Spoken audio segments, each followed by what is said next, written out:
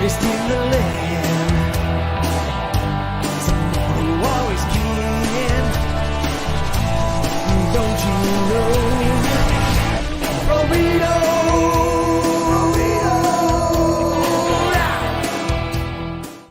And we are live. Welcome to Wassup Flobo After Hours. This is the Treehouse. Second week in the holiday mode. I have my lights on, my ginormous tree out there, and I have a Thanksgiving card from a friend of mine. Can you imagine that?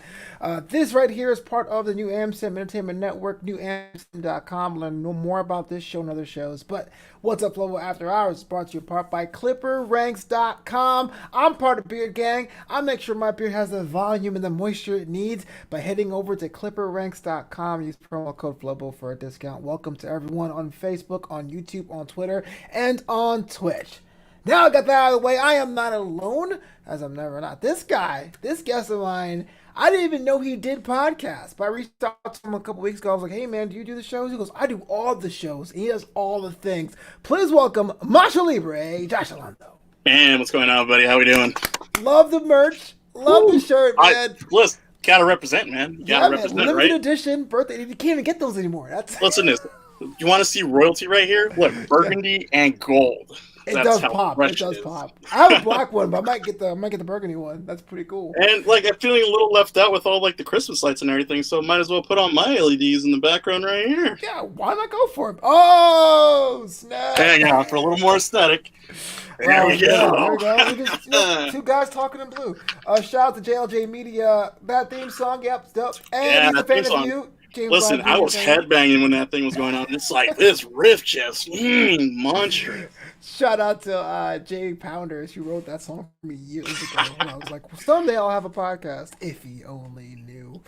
Oh man, it's been we worked together last week on the Undertaker retrospective. We'll get that in a second. Yes. But it's just been a while since we just sat and chatted. I know whatever you want to say, hiatus this, hiatus that, pandemic this, pandemic that. But like, how are you feeling? How's life? What is Josh Alonzo just feeling right now? Thankfully, everything's good right now. I mean, I'm pretty sure I'm just like a whole bunch of just like everyone. Oh, Haywood, what's up, buddy?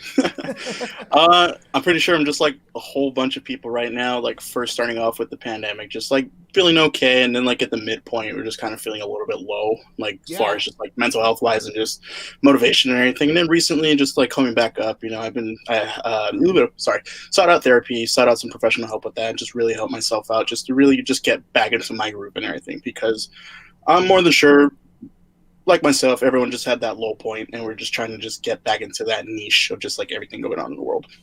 Was this the first time with therapy? Yeah, very first time. It was definitely very liberating because I've been dealing with a lot over the years, just like a lot of personal things, and just, you know, having this time from like going from like 2 jobs, working just constantly every day, and then just having all this free time. It's just really just made me think about everything, and just kind of got me into the dark spot in my mind. Yeah. And then once that just kind of comes up, it just really just starts messing with you and everything. So thankfully, you know, with the aid of my girlfriend, you know, she encouraged me to go get it. And, you know, I sought out this really cool website called BetterHelp.com. Really helped me out. Oh, yeah. I'm familiar. Yeah, so, you know, just a little plug for you right there. And so I should get that as a sponsor, really. Yeah, no, and, you know, it really helped tremendously. And, you know, my therapist, therapist, counselor, whatever you want to call them, she really helped me out a lot. And she recommended me to, like, a lot of good readings, a lot of good worksheets and everything. So it really just got me back into, like, the motion of things. Yeah, so definitely net positive. Do you do the phone calls or just all text? I know you don't really go into this if you don't want to. I know BetterHelp, it's a text component. For my counselor, it was all live chat, which is great because sometimes, you know, I'm not really that great with just like phone interactions or just like live screen interactions. Sometimes I get a little awkward. So it's just, you know, as a millennial myself, you know, I just like the texting aspect of it, just typing and everything, just to have that type of like relevancy to it. And I know there's like certain people, and I've heard certain things saying that this website's not really the greatest and everything, but from my personal experience, it really helped tremendously. Yeah, this is going to sound kind of messed up. And it's not a funny thing, because asking for help is important. But, like, I'm the kind of guy that waits for trial coupons. And I'm like, I'm going to get all the help I get in 7 days. I'm out. No, for sure. Like the cool thing about when I got it was this promotional special. So Yeah. because of the pandemic and everything was like 50% off. So of course I had to jump on that immediately. So I Yeah, don't know if why that not? I don't yeah, I don't know if that promotion's still going on, but I know because of the pandemic everything's been slashed right now. So if anyone out there just needs some professional help and everything, definitely do recommend betterhelp.com. Yeah, BetterHelp is a good one. Sometimes they use Kindly. They're not counselors; they're just other people. But that peer Yeah. listening to can help if you're on a budget. Kindly is And for then students. Headspace is really good too, I've heard as well. And then there was Yeah. another one, I forget what it's called. I think it starts with an L, I think, but I don't remember the name of it exactly. But I Okay. know Headspace for sure, BetterHelp. There is a hotline if you ever like wanted just to text with anyone and just if you're feeling those downs. It's 749-749. It's just like just Oh, if you want protection. to talk to someone, yeah, it's just texting and just if you ever want to talk to someone, if you're feeling down or anything, you just need someone to hear you out. That's a great Yeah. hotline resource That too. that's definitely good to share. There's also one I've downloaded, but I haven't really checked out called Mental Health Leak, and it kind of puts that That's a great one too. Yeah. with the team based aspect. I like they have like not to make light of it, but they have like funny names for teams. Mm, Make you more into it. So I am on the Xanatees, like they're manatees for the anxiety. nice. I've checked in like twice. It's kind of cool to say, hey, like I had a win today, I had a loss today, I had a tie today. Yeah. That's pretty cool. I mean, it's Yeah, definitely really liberating once you just admit like there's certain times where you're just not feeling the greatest, and it's okay not to feel the greatest. I mean, it's one thing to just ignore your feelings, but it's another thing when that internalizes you and it just consumes you and everything. And then next thing you know, you're at a point where you're just having a mental breakdown or you're lashing out against the people you love and everything. So it's yeah, important to just really just check yourself and just make sure that you're okay. I mean, I know myself personally, I always look out for other people, but then there is always that aspect of just like, I need to take care of myself because I know there's times where I just neglect that a little bit.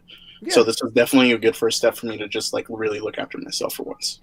Well, and that you have, and I've seen your progress personally on social media. We joke about this before the show. We were talking about his thirst traps because you watch on social media because Josh be getting fit, he be getting working, I getting the mean, weights in there, making me feel all listen, jealous while I'm eating my because of this sandwiches. pandemic, man, like I had just a little bit Prison put on workouts. on It's me. just like, I mean, prison workouts at first, but then yeah, once that low period started happening, I started gaining all this weight and everything. So yeah, right now, it's just really getting back into that motivation and just really trying to get back to where I was.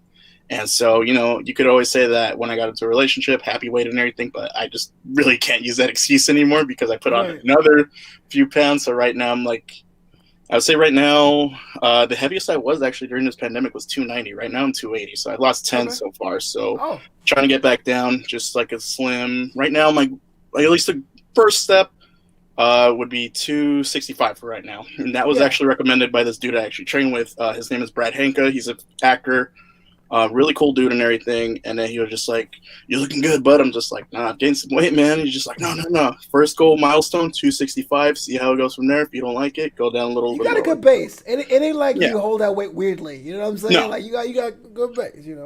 Yeah.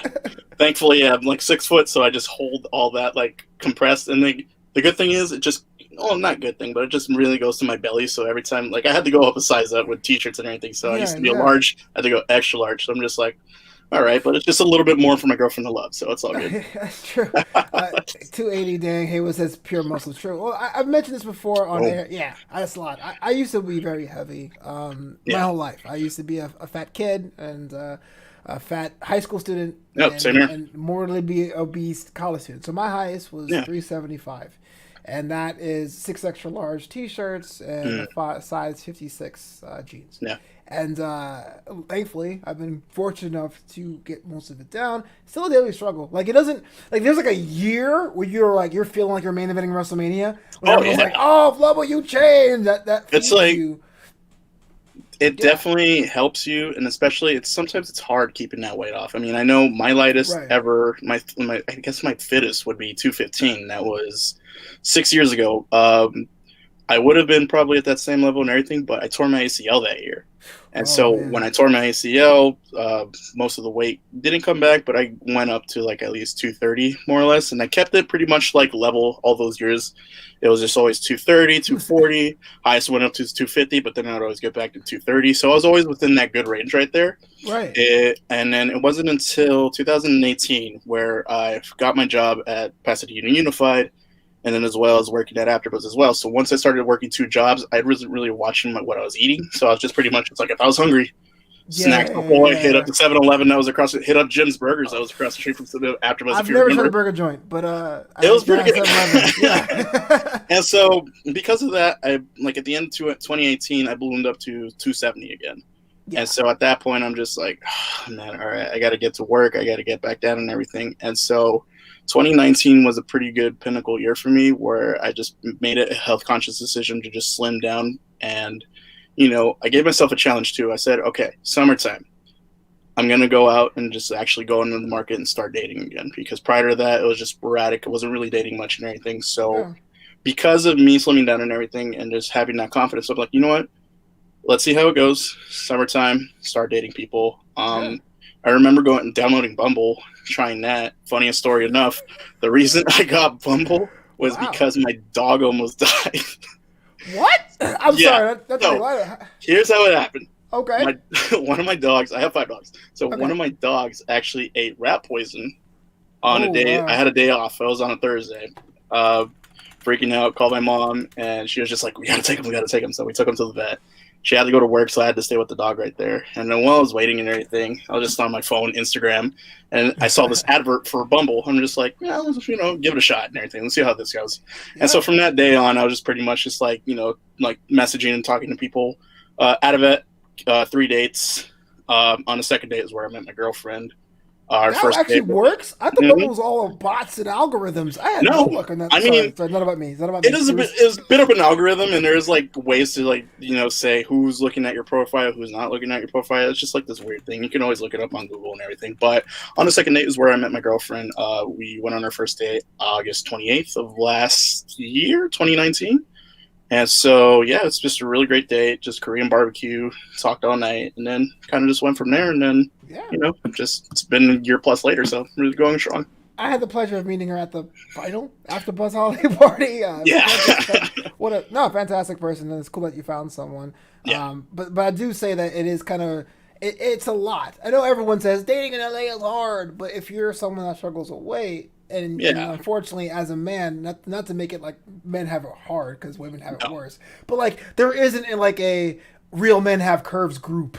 You know what I mean? There really isn't a body positive group for dudes. You flabby. That's just the way that is. But to make conscious. You could kind of say there is. You could say you got the dad bod, and you could say you got a sexy dad bod. I mean, closest thing. But I was beyond dad bod. I feel like that. I feel like people have appropriated my war after the fact. Now it's cool to say dad bod. When I was growing up.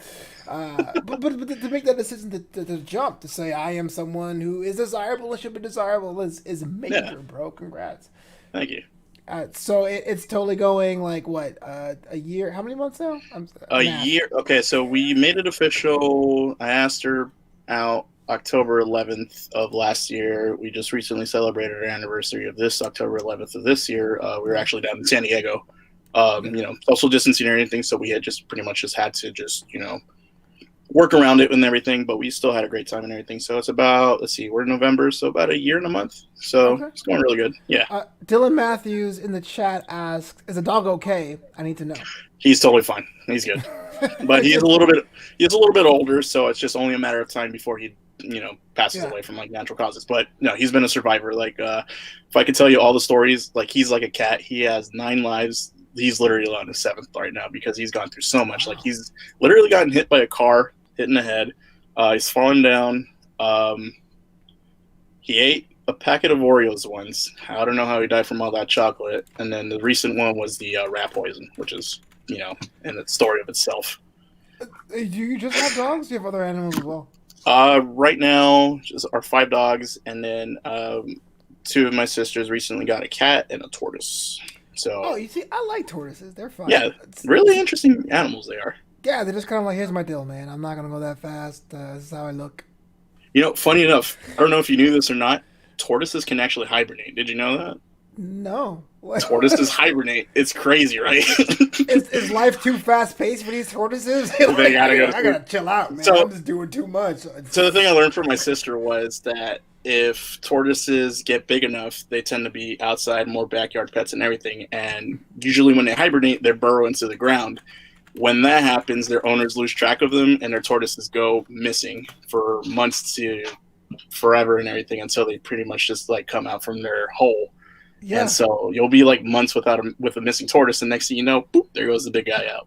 No idea. I see animals and I don't really get along. Like I'm allergic to cats, so biologically it's like no.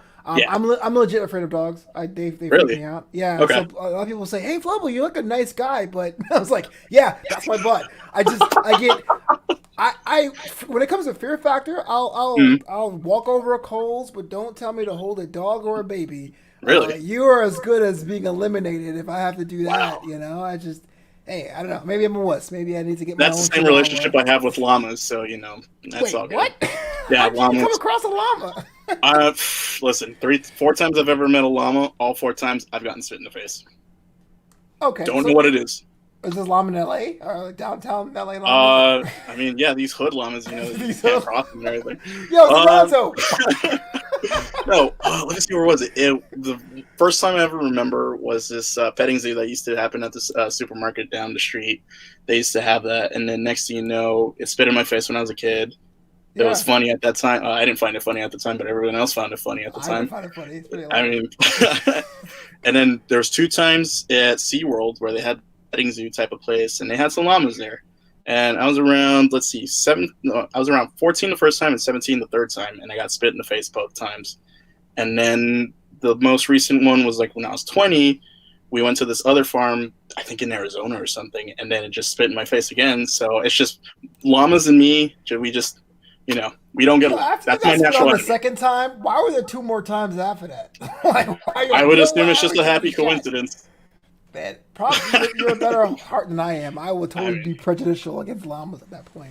I actually met a llama when I didn't meet a llama. I didn't shake his hand or anything. But I saw a llama when I was like 5 years old. yeah. And it ate like a graham cracker. And that was a highlight of my whole petting zoo trip. I was like, Okay. wow, a graham cracker. So I don't want to get into AfterBuzz quite yet, but there is a question that popped up in the chat. What's Because up? you produce most of the wrestling shows, and thank goodness, Mhm. because you're a wrestling fan, because that could have been Yeah. awkward if you didn't. And Yeah. one of the big running jokes with that were about tag team matches. Every time we had a tag team match, even if it was like AEW, you would drop the Teddy Long, the theme song, the Mac Militant, which I tried looking up. I still don't get the lyrics of that song.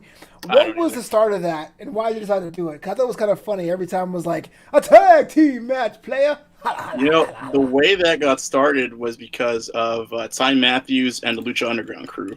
When I first started at AfterBuzz, I wasn't doing any of the wrestling shows. They had someone else running all the wrestling shows, another producer running all the wrestling shows. So even if I was interested in it, they were doing their own thing, and they pretty much had the repertoire with the panels beforehand. Yeah. And so I didn't want to mess that up until eventually one of the producers had to produce another show on Tuesday nights, and they needed someone to produce Lucha Underground. They were just like, "Hey, Josh, we know you like wrestling. This is a really good panel. You want to just work with them and everything." And then I'm pretty sure you have met Ty Matthews or not. Yeah, back then, in my wrestling space, he went by Jarek Matthews. But yeah, Yeah, my time Matthews. he's a really cool dude and really like fun-loving guy and everything, and just really just like love professional wrestling. Him and Jim in the booth as well. What's his name? Yeah. James Frank as well. And James so it was Frank. just them. Yeah, it was just them two just doing the Lucha Underground thing. And I was kind of a little bit shy with the soundboard at first, but then I remember Ty Matthews just told me one time, "Hey, if like we ever just say tag team match, I need you to play the Teddy Long theme song." I'm just like, okay. And so ever since then, it's just pretty much just like every time I hear tag team match, it's just Yeah. the Mac Militant, and just kind of going on from there. So it was because of Ty Matthews and James Frank and the Lucha Underground crew, and that's where I pretty much just applied it to every wrestling show when I took over the wrestling duties as producer. Yeah. And so, every time you guys mention a tag team match, first thing I would always press is that, and then carried on over to Raw, carried on to SmackDown, and carried on over to AEW, carried on over to some of the pay-per-views. Yeah. So it's just like a running gag, I guess you could say. So it just definitely ties in with everything because, everyone in the internet wrestling community online, they know every time you hear a tag team match, you always hear as 1, 2, 2 tag team match play, and the next thing you know, just damn happens. So Yeah. It's true. Like there was a time where if a storyline happened on Monday, they got redone on that Thursday or Friday, and he would either say tag team match, 6-man tag, or 1-on-1 with the Undertaker. Like it was kind of this running joke. I love the fact though, because like you were there not September before, the last September before that, when Yeah, my predecessor, Evan T. Mack, got the call. He got the yeah, call from Stanford. He was going to go over to WWE. We didn't know what he was going to do. And I inherited two shows at once. I inherited NXT and Raw. And I damn near treated it like a job. Like, I was leaving my house super early, be there on time or whatever, you yeah. know? And you were like the one, not on NXT, but on Raw, definitely, you're the one over there every week. But you helped with those sound drops to make it feel like the franchise that it was. I felt Yeah. like shows at AfterBuzz were shows, but the ones that had no reruns, the ones that went on forever, like those felt like institution, like the Tonight Show or Yeah. like whatever, and that just made it like that much better. I thought, and it It, was kind of like an extra icing on the cake. So, I mean, those wrestling shows, even before I was there, they were pretty much helmed as like one of the best. You have so many people that have gone through that after show and made it to the WWE stage. I mean, obviously, Daria, one of them, yeah, Sonya Sonya Deville, Deville. as she's known, and then Kathy Kelly as well, and then there's some other people as well. And then right before I took over, I know Mark Donica went over to NXT as well. John Aquasto as well, after John Buzz alum, Quasso. right though. I mean, Yeah, a whole lot of people from the wrestling after shows, and they're really helmed, and it's really regarded as like one of those shows. It's like you love wrestling, or even if you don't like wrestling, you do these shows, and you're gonna pretty much just go on a grander stage and everything, and go on and do better things like that. So mm-hmm. it's just really cool to see that and be a part of that process, to be a part of that quote unquote launching pad, because you see all these people create careers just from being on that after show. Yeah. And being a part of that process, it just felt really cool to me, because I'm just like, okay, I'm working with future greats right here. That's why I loved each and every day, each and every week, every time I got to do those wrestling shows. I'm just like, I am seeing the next future announcer. I'm seeing the next future, main eventer, manager, personality. It just felt really cool, and it was just really rewarding experience to just be a part of it. Yeah, and it was weird too because there was a bit of like Vegas casino vibe about it because you didn't know who's getting called, who's getting picked Yeah, up, if they're going to come back, but it was always cool. The chat's actually blowing up about this. So JLJ Media says I miss being on ABTV.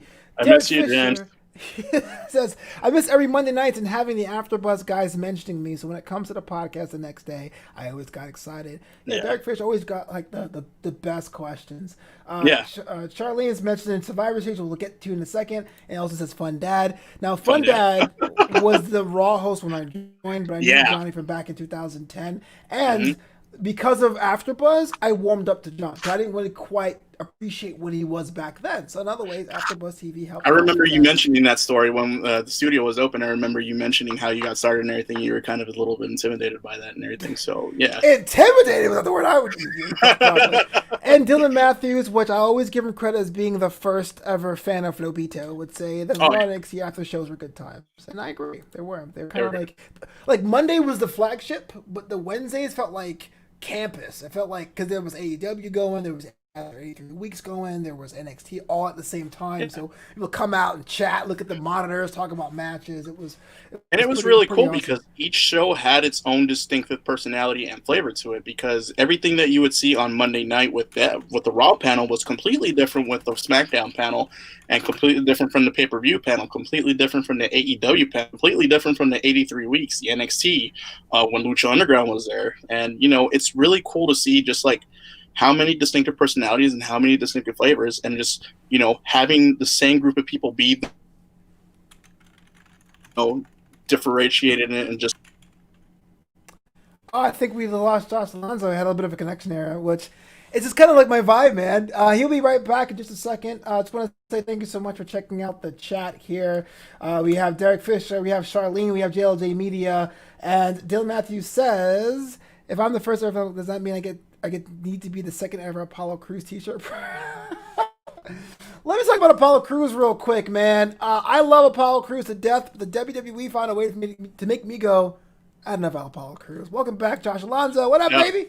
I don't know, something happened. I mean, I guess the wrestling gods were just like, enough of our secrets, don't break kayfabe, and they just eliminated me straight up like that. Kayfabe is how SmackDown was on an island by itself. That was Exactly. there was a time where I was on every single show but SmackDown. I was like, come on, can we get inside? Yeah. I was. It's cool to see a lot of the former wrestling hosts break out and do other things and other podcasts. And you see Jack Farmer, the UWN, and all that and stuff like that. What I I thought was pretty cool was George Hermosa has Yeah. a show called The Wrestling Chatter, which is on YouTube, where we talk about in-depth, like nerdy Fun wrestling fact, helped stuff. develop that logo for the channel. So My question, I said, "Hey, George, where'd you get your logo?" He's like, "Josh Alonzo." I'm like, "Really? That guy?" So, yeah. graphic designer too. Tell me all about it, man. So that actually started way back when, I don't even remember the year exactly. I know I remember graduating high school 2010, going into community college originally as an architect major. And so did 2 years of that. And then I was just really feeling it at the time. I was just like, that's okay. I like drawing. I like doing it in an art aspect. Look for a career that I could build upon and just maybe, make a little bit of green right there. Architecture seemed like a good spot because I have no problem with math. I'm really great at math and everything. So I'm just like, okay, it should be a natural fit. Every time I would take all the classes, it just wasn't really meshing that well. And it just kind of felt like a chore for me to be inside those classes and everything. As, as informative as it was, and definitely learned a lot and being Yeah. analytical and everything like that, it just wasn't really a good mesh. And I remember one day just walking down the hallway and seeing this, I think it was like a poster or something. I don't remember exactly, but it said graphic design classes. I'm just like, definitely check that out. So I remember talking to my counselor. She's just like, listen, if you are going to switch majors, you're going to have to probably do like another year and a half, 2 years. And I'm just like, okay, so let's just do it. And so I remember walking in. Yeah, I had like literally stayed in a community college for like about 3.5 years.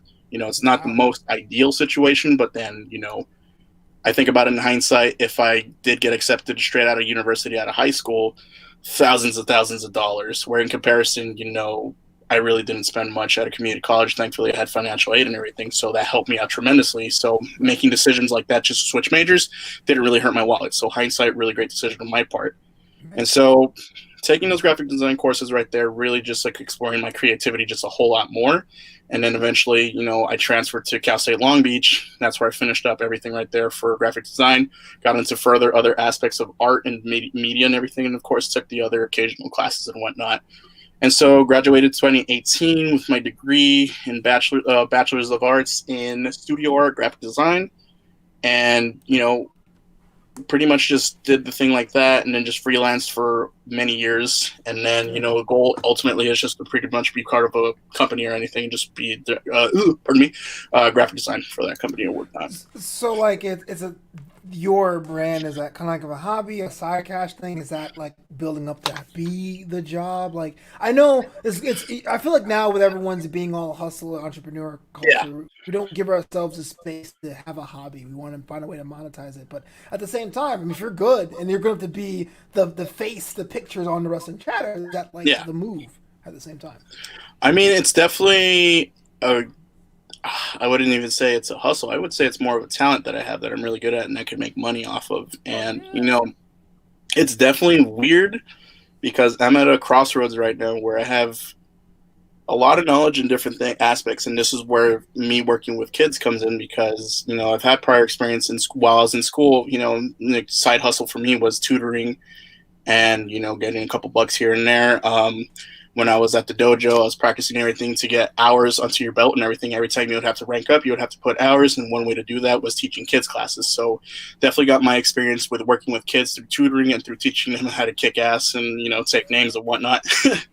And So you so, tutor them in sports, I guess. um, Or kick ass in tutored math, them, like you know what? Basic stuff like math and English, science, and everything okay, like that. So I yeah. used my academic skills and whatnot that I had really tailored me really well. Some of these kids were getting A's and B's and whatnot, so it really made me feel good that the work and the effort that I was putting into them, they were reflecting onto the grades and everything. So that really gave me a lot of just like, it was definitely a rewarding experience. And then seeing some of the kids, at the dojo going up to just like higher lengths and everything, higher ranks and everything, and seeing them like be like phenomenal martial artists and everything just really just was awesome. And then after I had graduated from university, I needed a job. I had a friend that worked at Pasadena Unified for an after school program. Mm-hmm. And so from there, I really liked it first day. I just fell in love with it, and just like working with kids was like something I do naturally, and I enjoy it. And so I definitely have that fun side to me, and I also have that disciplinary side of me, and I'm really strict about it. But the kids learn that if they follow the rules and just focus and just not fool around, then we get to do the fun stuff and you get to see the fun side of me. So Yeah. it's definitely been an awesome experience working these past 3 years now. It's crazy, or 3 years next January. So the fact that you want to share your gift for the next generation puts you in a class above a lot. Because I know I would. Yeah, I actually felt like, I fell into knowing this. Like I think one day because you're so passionate what you're doing, like you were reading your face, and I was like, "Hey, man, you okay?" Because I mean, it's not every day. I'm not saying you have to be happy all the time, but it was kind of yeah, like, "Oh, you don't usually see Josh upset," and he's like, "Man, I don't know how to just reach these kids." But I think it was basketball this time. I'm like, "Oh basketball. man, my team was just in our ass." What do I say? Yeah, How to break through? And I was like, it "Oh was my bad. goodness." Like if I was teaching kids and they were terrible, I'd be like, I tried. But the fact you cared about it enough to get them to improve and to connect, I thought was pretty awesome. Because I guess that coaching side of me and that teaching side of me is just really just like wanting to get through these kids. I mean, every time we lost and everything, I would always just give them a speech, or not a speech, or just give them a lesson saying, "Hey, listen, it's not about winning and losing," the whole cliche like that, and just having to repeat that every single week and having to come up with like a different example of it. It got to the Right. point where I just got really tiresome of it. I'm just like, we need a win. We need to find a way to just like break through to the next level because they weren't losing badly whatsoever. All Yeah. those games that I coached with them, basketball, especially last year, super competitive. We only lost one game. It was a blowout, but like over like 20 points. But the rest of the games we lost, it was just literally like maybe 2 points, 3 points. The one game we did win was like about 2 points actually. So every game we had was super competitive. And so, I kept telling my kids, I'm just like, listen, we're almost there. We didn't lose by a lot. We kept that game close. If we can break through that next time, we will win. And then next thing you know, that next week we did end up winning. So Oh, great! It's a happy yeah, ending. I thought you were like, yeah, they just sucked it. I just moved no, but I mean, on. we went 1-5. So I mean, that's like, Yeah. you Hey, know, and that one counts, man. I'm that telling one you, that's counts. that one counts. I'll always have those Yeah, memories, man. That's because the previous year, some of the kids were on my team, and we actually went 5-1, and we made it almost to the semifinals, one game away from the championship. So it was definitely a lot of high expectation from those same kids because now those same kids that were in fourth grade are in fifth grade, and they want to go up and they want to really win that championship as well. Same thing with football. We were for the 2 past years, we were one game away from reaching the championship as well, and then in soccer, not this past March because of course COVID happened, so we had to shut everything down. But the last year we went 5-1 as well. So, sports was starting to become a big thing at that school because once I took over as a coach, everything just kind of just turned around and then just really just started winning and just having that winning mentality to it. Because beforehand, those teams were garbage. Not gonna lie, I'm sorry. right. Yeah. Well, I mean, real quick, what made you go? I'll do that. Like, you know what I'm saying? I know saying you're rewarded now, but it has to be an inciting incident. If you be like, I'll give this a shot. I mean, I got volunteered on the spot. They were just like, "Hey, Josh, listen, not to be it's You're doing straight it. out of my boss's like mouth." She's like, "Listen, not to be sexist or anything, but you're like the only guy here. We need you to coach sports."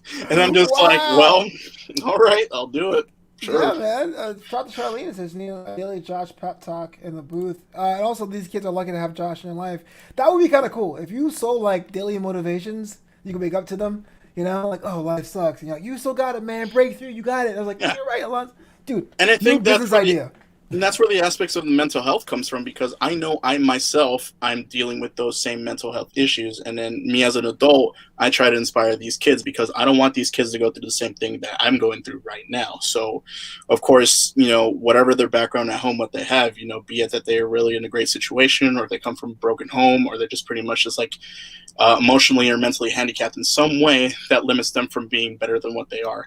And so it always comes to that cliche, there is no bad kids, and I do agree with that. There is no bad kids. It's just unfortunate events that happens to those kids that makes them become rebellious and just really become angry and everything. And those are the kids that really need the push because they don't have that motivation at home. They don't have that role model at home. So for me, like being like a big brother or just like being a role model or mentor to these kids, it's just really rewarding for me in that aspect, especially now with the whole COVID thing. I mean, Yeah.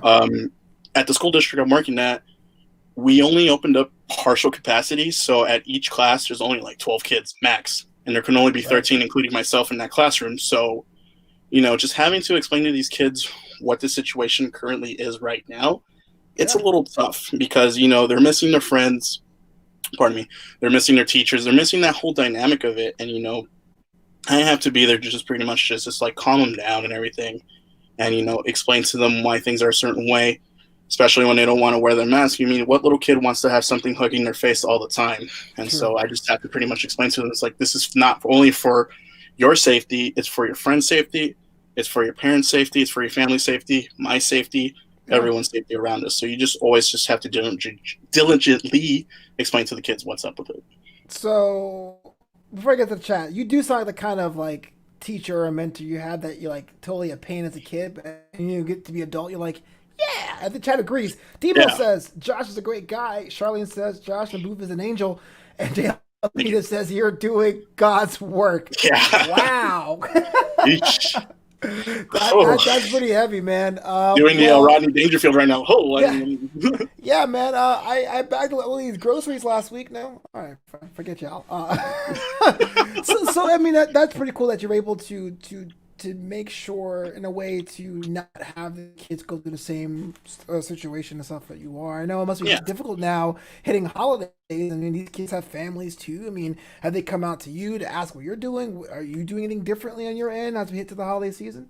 Um, I mean, usually every year for Thanksgiving, it's just always, dinner at a family, at a relative's house or anything. Obviously, this year with the whole pandemic going on, we can't really do that. So unfortunately, we just have to stay separate and just have our own dinner, and they have their own dinner and everything. And then for Christmas, usually I'm from a Latin family, Latin background. We usually celebrate Christmas Eve, and then we celebrate at midnight when it comes to Christmas Day. Next morning, we open up presents, we go to mass, and we just spend time just as a family like that. So obviously, with that out of the window, we just have to come up with just a newer tradition of it. Obviously, it has to be more of an abridged version of it. Yeah. But I feel like, regardless of the situation or anything, as long as you have your loved ones by you in some form, even if it's not face to face, even if it's just not, I mean, it's not the most ideal situation, especially with computers and everything. It just doesn't feel so natural. But, as long as you feel that love and anything, I feel like regardless of any like limitations or anything like that, as long as you feel that love from your family, I think that's just the best way to spend the holidays in any way. What is like the main dish, man? It's all about the food, man. Ooh. What's your Hmm. thing? What's your baby? What's your So, thing? Thanksgiving, it's, the usual turkey, but my mom used to work catering for over 20 years, so she prepares turkey in a more traditional Hasidic Jew type of way. So it's instead of it being dry, she uses grape wine or Manischewitz wine, Yeah, dunks it all yeah. over, carrots, onions, whole works and everything, mashed potatoes, green bean casserole, which is one of my favorites. What else? Did you put the little chef hats on the drumsticks, like the little... No, no chef nuts on the drumsticks. Would be pretty funny though. I was like, thanks, mom. And Thanksgiving is the more traditional one. For Christmas, it's tamales more than anything. Guatemalan, so our version of tamales are a little bit different. Mexican version of tamales uses corn husks, Yeah. whereas Central American and Guatemalan version of it, it's used with a banana leaf, and it's a Mm, little bit more, I guess, moist, as some people call it. sure. It's hit or miss because usually when I've given people tamales from Guatemala, they're just like, "Oh, it's okay," and then I have the other people that go, "Oh, I don't like the texture; it's slimy, da da da, whatever." But Yeah. it's a cultural thing. I mean, obviously, people will have what they perceive as good, and then I have what I perceive as good and what I perceive as culture and everything. So it doesn't really hurt me when people say, "Oh, it's mushy." I've gotten Yeah. that for so many years. I'm just like, "Yeah, you just don't know good taste." That's all. What do you guys do? What's funny because, like, growing up at a West Indian household, my parents were from Barbados. We would have conch, which is very similar. It would be like the same kind of wrapped in banana leaf and have that kind of pressed kind of thing. And that's kind of a little closer to it. It's closer to Guatemalan tamales. Yeah, the Mexican tamales are different, but I understand why they get to be invited to the tamales party. You know what I'm Yeah. saying? For us though, we were just all meats, man. My mom made lasagna, and that was kind of like the most even thing. But we had all the meats. We had hens, we had ham, we had turkey, and then I realized one day in my 20s that turkey is such an overrated bird. There's so much you got to add to turkey for it to make work. It makes you Yeah. sleepy too. Like, why do we do this, Josh? Help me out. And here's the thing. I don't know if you've gone anywhere else for Thanksgiving. I'm always afraid to try their turkey. I usually, if they have ham, I go for the ham. If it's turkey, 9 times out of 10, dry, like bone dry. It's just like sandpaper when you eat it. I'm just like, oh, I got to add Yeah. a lot of gravy, a lot of turkey juice to it because it's so dry. That's why I do not eat turkey anywhere else. If I eat turkey, it's at my house or at my cousin's house. Those are the only two places I eat turkey. If it's anywhere else, I'm sorry, going straight for the ham. It's an easy meat to mess up. Like you can put salt and pepper on a steak and it'd be fire. But if you come out Yeah. with a bland turkey, it's like it'll taste like cardboard. Yeah. In fact, since I'm doing it solo here at the studios, I'm doing turkey tails, which is like the No. parson's nose, a little different texture, just to mix it up or whatever. Okay. But speaking of traditions, I actually looked this up. I was at thedailymeal.com and they're Okay. talking about like the 50 states and their most requested side dish. Like I'm from Oh. New York, and they said they want golden potatoes. Not sure if that's true. Missouri wants cornbread casserole, which I've never tried. Okay. Ohio likes their cranberry relish, but California, as boring as we are, likes gravy. Just gravy. Makes sense. Yeah, I would have said mac and cheese personally, but yeah, Yeah. gravy makes sense. And that comes into the part of the dry turkey syndrome because if you have a dry bird, you're Yeah. always going to ask for more gravy. So I agree with the Daily Mail. Is that insulting though? Like you spend all day making a turkey, and everyone's like, "So what a gravy at?" Cranberry sauce. As long as you don't mention it, I think you're going to be okay. Real quick question about this whole food thing: lasagna. Is it a casserole or not? Ooh. Because it bakes in one dish, but it's kind of like a pasta. Oh, ooh, good point. And I have a good question for you after this. I would consider it. You know what? I wouldn't consider it a casserole. It's more of an Italian dish, or I guess Americanized Italian dish. Hmm. I wouldn't consider it a casserole whatsoever. And yeah, I would go with not a casserole. B, final answer. Okay, JL, this game ham is getting some pops in the chat. And then Hit me. tops to that, do you consider a hot dog a sandwich? Yes or no? It is yes. A hot dog is a sandwich in the way that a tomato is a fruit. Mm, It is, but we don't consider it is yeah, because you could eat a hot dog vertically if you wanted to, right. you know. But I yeah, actually asked this. I posted that question on my Instagram a few months back, and a lot of people are saying no, it's not a sandwich. But I'm just like, well, a sandwich is essentially bread and meat. Wouldn't you consider a hot dog to be a sandwich? yeah, But then people are saying it's just like it's its own entity and everything. But at the same time, it's just like what you said about the whole lasagna being a casserole and an Italian dish. yeah, It's its yeah. own entity, I guess. Is a taco a sandwich? No, that's not. No. That's where I draw the line. That's no. It's How just like saying dare if you? it's just like saying if a burrito is a wrap. That's like that same question right there. Oh man, that would be the biggest troll ever. Like, hey, would I have a Latin American rap?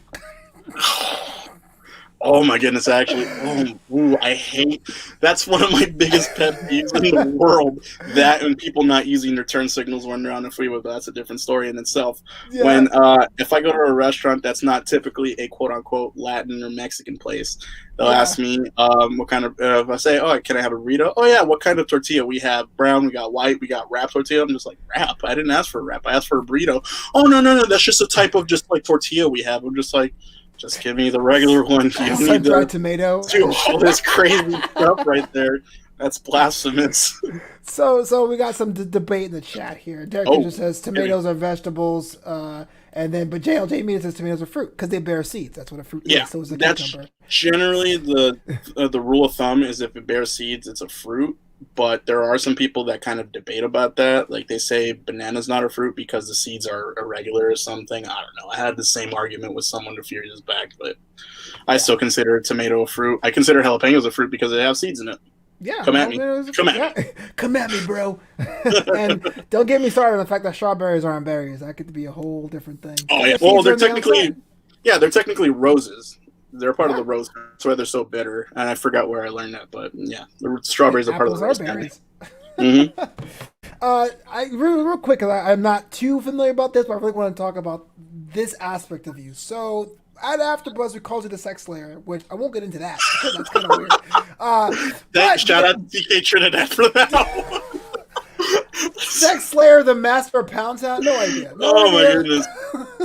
Okay, just as a background for those of you who are wondering what the background of the story was, last November, myself and a group of friends, we went to go see Slayer. And Right. so I remember the next Monday I saw you guys. You guys asked me what I did this weekend. I was like, oh yeah, I want to go see Slayer in the weekend.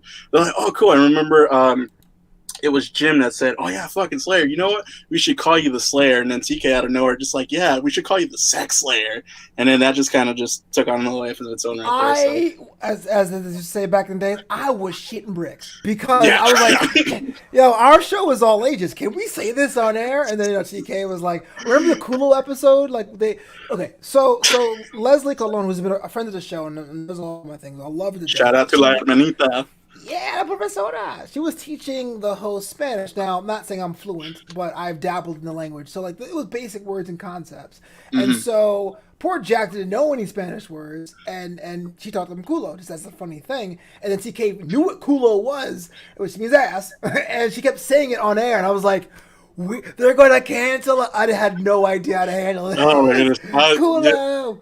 Here's my point of view in the booth. I was cracking the fuck up when I kept hearing it. I was cracking up hysterically. I remember the other producers like, "Are you all right?" I'm just like, "I'm good. I'm good. Don't worry about it." It was just the funniest thing ever. And then, speaking of dabbling in Spanish, Mr. Flobito Reyes, El Gringo Moreno, don't do you're this. on. Yeah, I am a Gringo Moreno, yes. Oh my gosh. So, I like telling the story because I'm dumb.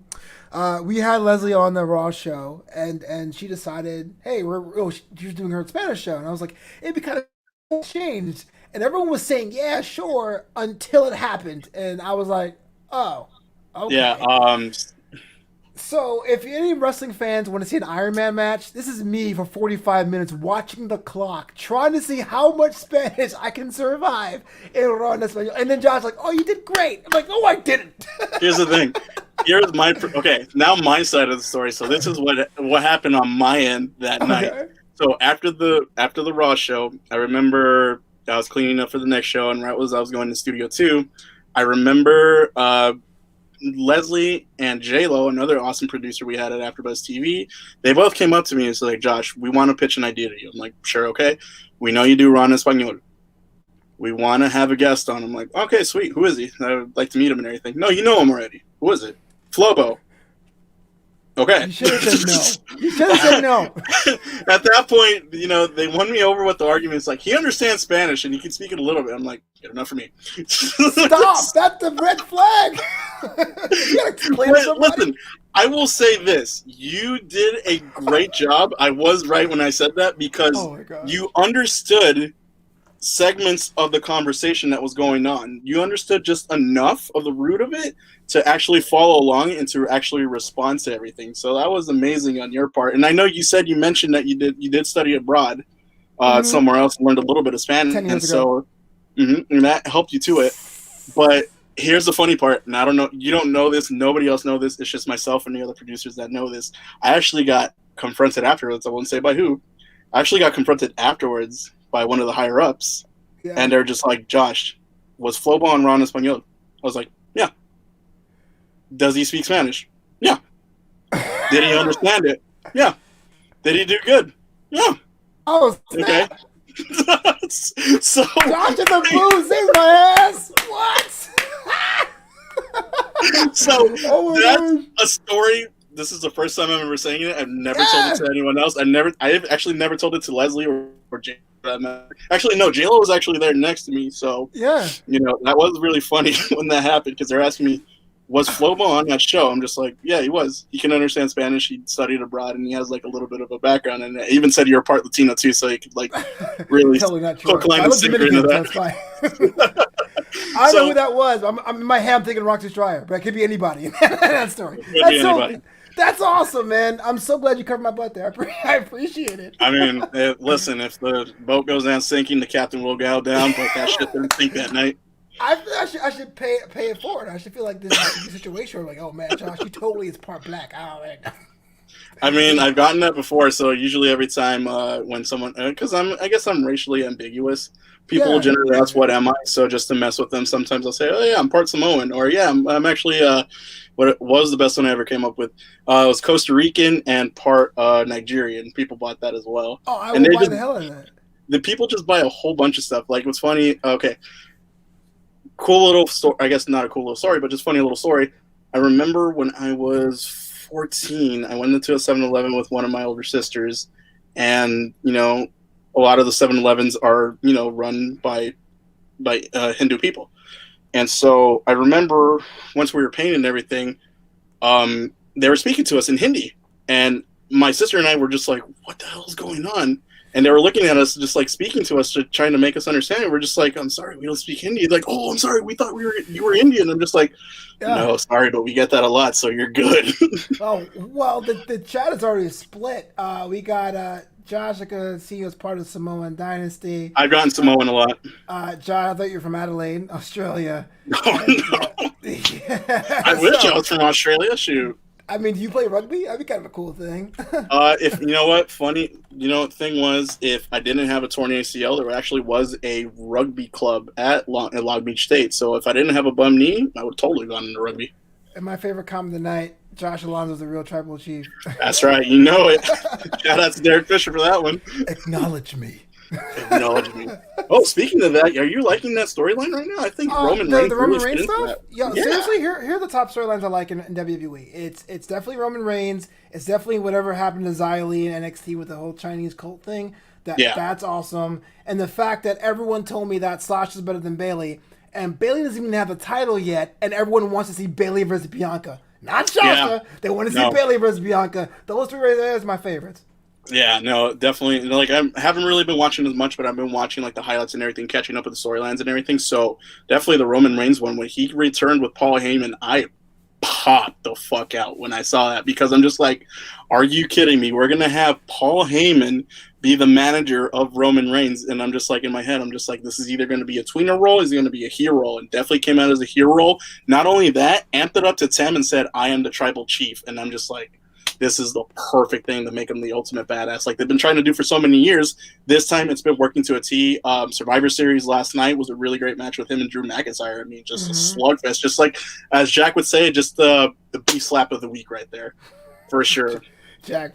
Shout out to Jack Farmer. Jack Farmer, man, the OG. It's funny because, like, opposed to the Brock Lesnar stuff, like Paul is actually afraid, or can be afraid of Roman, which is a whole different dynamic. Usually it was like, my client. With Roman, it's like, all right, we'll do it. Or, you can do it, you're the chief. And I thought that was kind of cool that it makes him seem even more of a threat kind of a deal. And it made Jey Uso a #1 contender for 2 months, and I totally bought it. Like that, crazy enough, right? When people get focused, things can happen, bro. Like, it's just blows my mind. Charlene did not like Survivor Series last night. So overall thoughts about that? Were you a fan or no? You know what? Parts of it I did like. Other parts of it I didn't like. The one I didn't like was the Women's Survivor Series match when we had the double count at and Lana coming out as the winner. I'm just like, bit of a cop out right there. But all right, I see what you're doing.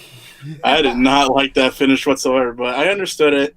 Who was I watching earlier? I was watching Wrestling with Regret with Brian Zane, and he had mentioned that Lana was having like that bit of a fiery start, just like really getting that retaliation to others, and they banished them. And I kind of agreed with what he said was, if they really wanted to make Lana look presentable and strong, they should have just had her just beat the crap out of someone, and they just would have won the respect of her teammates on Team Raw, and then that would have been like that. But the fact that they just banished her and said, get the fuck out of the ring and just stay right there, and then she ended up winning just by standing there. I don't know. I just didn't like that one bit. I'm here for it, man. I like it. I really? don't care. Because you know what? And people give me crap for this, but I thought, and I don't mean this in a bad way, but I thought she was the most useless character in wrestling. And I mean that just strictly professional, as a character on screen. Because she managed her husband who didn't quite need her. She was in the storyline as an object of desire of these two guys, but you couldn't win her affection. She was just kind of like this added character. So now let's never bring that up with Bobby Lashley ever again, because I have to, because you saw week after week at AfterBuzz, they were like, Flobo, it's just good stuff. I'm like, is it though? Because you can't solve this in a ring. If my woman decides to leave you for another man, game over. There's no match. You can't fight for your woman back. She left you. But what happened over the past year, now you have the table spots where everyone's saying, I can't believe she's being disrespected. I'm like, that is how you turn a heel face without her being cheesy, being like, I'm going to try. And not only that, that's how you build toughness too, because who can go through a table week after week after week and come back with so much resiliency. That's how you build a strong babyface in that point. So I definitely do agree with you on that point. That's what I'm saying. The thing is, yes, WWE does a lot of things wrong, but when Yeah. they do something different, they get written off by fans so quickly. It's almost they get gun shy and they abandon storylines and stuff like that. So I'm here for a lot. A lot could be the biggest babyface and give me something to care about as a wrestler. She wrestled tonight. It wasn't the cleanest match, Oscar. Whatever, but like, hey, look, she gets to be on TV. And that's good props for that. But it's last thought about Survivor Series. Undertaker farewell. I know last week you were on our Undertaker special. Thoughts about the final chapter of the Dead Man? I thought it was really cool seeing like a whole bunch of just like old school faces and everything. When I saw Savio Vega and the Godwins, I'm just like, whoa, look at these guys. Dude, I saw Savio with the Puerto Rican flag. I'm like, where? I was like, back, baby. Puerto Rico in the house, Boricua. Puerto Rico, yeah. Yeah, but it was pretty cool just seeing like all his previous opponents and all his previous teammates and everything, just seeing like the evolution of what his character has gone through with so many matches in his repertoire and everything. So it was really cool seeing just like, you know, all the familiar faces were there. You know, you had Triple H, Shawn Michaels, you had Big Show, you had Kane, you had the Godwins, Savio Vega, Godfather came out, Rikishi, the old BSK crew reuniting right there. That was pretty cool. Jeff Hardy, you had, who else was in there? Jeez, I feel like I'm omitting a lot of names in there, but it was really cool just seeing that. But, you know, and really just seeing that history of like the type of people that he's gone up against or teamed up with, and it was really cool just seeing this, just like a little like, I guess not time travel, but just like a little look through history and everything. And then that that promo package that they did for him, chef's kiss, amazing. Oh yeah. They again, I think I tweeted one of my followers that said the best production house in the business in WWE. But Dylan raises a good point. I want your opinion on this because I think I have one. What's that? What was with the legends coming and then randomly disappearing? They went out. They had a little promo. I mean, it was done. It was all done. I would think with just like social distancing and everything, we can't have all those people all at once, even though we did. Yeah. But I feel like just to see, at least just to have him ringside would have been really cool. Just to have the Undertaker out into the ring itself, and then everyone he's faced in the past with all the legends, just out in the ringside. At least that would have been really cool. But you know, it is what it is. It didn't really bug me as much, so I'm kind of impartial to it. So I can't really answer that. Sorry, Dylan. Can't say I defend it, but I understood what they did it because by introducing them, they have the Rogues Gallery, and if this is the last time we see Kane, it'd be kind of a cool scenario too because he was in character as well. But the Undertaker entrance is never with people in the ring. The entrance is always him alone. It's in itself. Yeah, so I feel like that was like an exhibition, you know. So I understand having the people come out. I understand the entrance. I didn't want to have the entrance and him look up and have like Godfather on the ramp being like, "What's up, player?" It'd be weird. So I understood. It was just awkward the way they did it, but I understood. I did like the Tesla coils, though. I don't know if you saw the Tesla coils. Yes. Testicles were amazing, and the fact that they were making music too. I'm just like, how the hell did they do that? That's so amazing. It goes back to WWE. I saw that and I was like, what theme was that? Oh, the game, Cyberpunk. But no, it worked out. Yeah. Sick, bro. No, but those Tesla coils were amazing, and then his entrance was really cool, and then his speech was just amazing. His quote, I guess I'm paraphrasing here, was, "It's time to let the Undertaker rest in peace." I'm just like, yeah. Absolutely. Oh, I'm sorry. Oh, Haywood, sorry. I forgot about Ric Flair. How do you forget about the Nature Boy Ric Flair? Savio Vega was there, Haywood. That's why. I mean, listen, Savio Vega is just like up here for me because we're both in that Latin connection.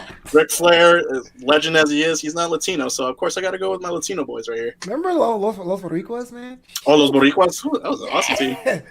Still not about this. Underrated. We totally expect. Where'd you Undertaker? Anyway, Los Boricuas. Los Boricuas. Legends. Hall of Fame. Yo, Josh, we're time to get out of here, man. But thank you so much for coming on this edition of What's Up Flobo After Hours. We talked about everything and anything, man. And I'm so glad you do podcasts. I had no idea you were available for your contact person, your secretary, and I linked up. You were able to do the show. Appreciate it. Come on back. Now, here's the fun part. Where can the world find you online, good sir? You guys can find me on Twitter. You guys can find me on Instagram at JOAL323 for all the crazy shenanigans that I do. I do graphic design stuff. I do some bits and stuff. I do some funny things. I post some settlemental things too. I even post what the hell I'm listening to during the day, or even post out some workouts every now and again. I don't know. Just come and look at that. Just come by, look it up. If you ever want to chat with me, I'm always there. So. But ladies, he's off the market. This is What's Up Flobo After Hours. Sorry. Yo, learn more about this show at newamsterdam.com. That's KNWamsterdam.com. And until next time, man, peace out. The bed is still a living.